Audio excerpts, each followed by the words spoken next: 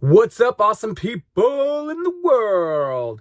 Hey, so I want to deal with something today, and I want to talk to you about two types of self-sabotage. Okay, now there's more psychologically speaking, but there's one that's negative and there's one that's positive. And I know that every time people hear that, they automatically go to negative, right? By the way, that's already a hint of what you need to be doing, right? Watch where your beliefs go. Watch how they correlate, meaning watch how they relate to other beliefs. That's what Neville says is a state. It's a body of beliefs, not one. It's a chain of them relating to each other, okay?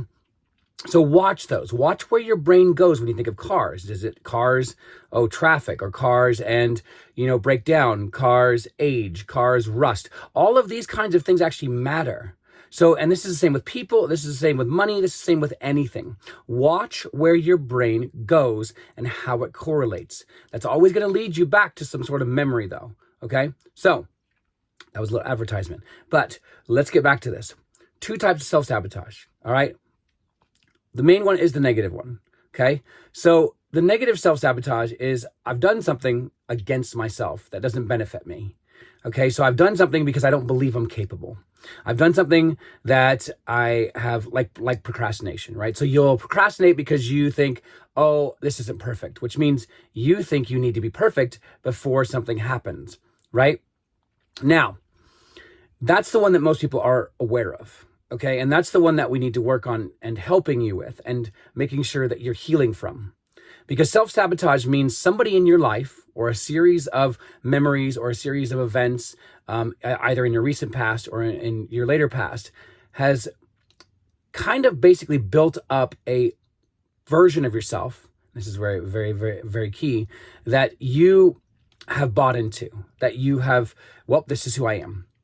Right. And in individualistic cultures like America, Australia, Canada, like all these Western countries that really, really kind of worship the idea of being an individual, have this very unhelpful, non-scientifically backed idea that you are meant to be this one person all the way through your whole life and never change.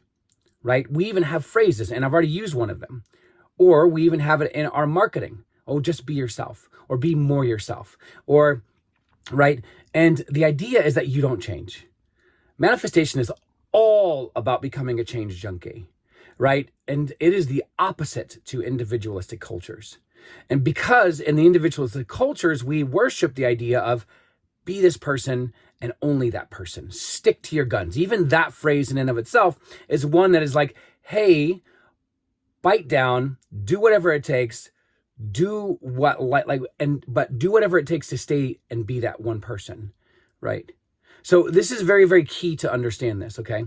That a lot of manifestation is not saying that, right? In as much as it's saying you can get whatever you want, it is not saying the way to do that is to stay the same person you've always been, because the person that you've always been is where you are now. You don't want to be that person anymore. So in that sense, here's the positive self-sabotage. You want to self-sabotage the old self. You want to question it. You want to doubt it. You want to gaslight it. You want to be disgusted by it, right? And the reason why I give you that as a tip is because neuroscience shows that even making the face of disgust, like, ew, oh my gosh, like, ew, I can't believe you, right? You don't have to use that voice. But doing that actually distances your mind from whatever that idea is, right? So if you're like, for example, if you're like, oh my gosh, I need my SP or the special person in my life to feel loved. Ew, no, I don't. I love myself. I'm important, right? I'm valuable and I don't need someone else to actually give me that value back to me, right? I'll give it to myself always. So that's where you want to begin using the actual positive self-sabotage, okay? Because that self is the self you no longer want to identify with.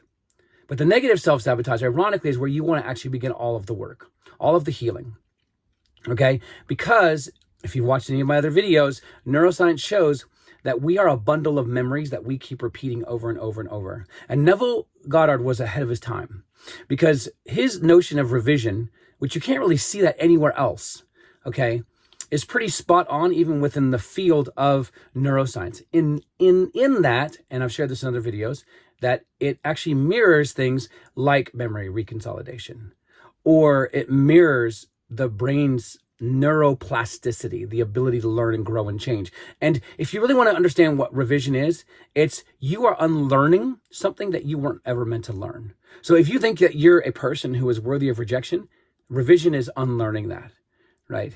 Or if you think money is hard to come by, and that's something that you have a memory that's connected to maybe in your parents or your childhood or with your grandparents, whatever it is, right? Then you're unlearning that. So revision is extremely powerful because you are literally inlaying new memories, which create a new version of yourself. So yes, negative self-sabotage, don't do that, right? Because then you're just simply just always, right, trying to gaslight everything about your future self. You don't want to do that. Like, for example, oh my gosh, I deserve $1 million. No, but look at everything around you. So you're self-sabotaging the future self, right? You're self-sabotaging all your potential and saying that it is not possible, okay? And so you want to self-sabotage the old story. You do not want to self-sabotage the new story because that's you. That's you becoming the new person who has the thing, right? So hope this was helpful. Try this out. Gaslight your old story. Do not gaslight the new story. Find ways to make that work. Again, check out my other videos because I do give you other techniques and tips like parts integration from NLP, right? The Circle of Excellence technique. I'm probably going to be coming out with an ebook on this, so watch out for that one, and that one's going to be free. But if you're looking for coaching, get in touch. We have a private Discord group. You get loads of freebies on as part of the onboarding, right? I do offer packages and payment plans. So much love to you. Be safe in the world. Talk to you soon.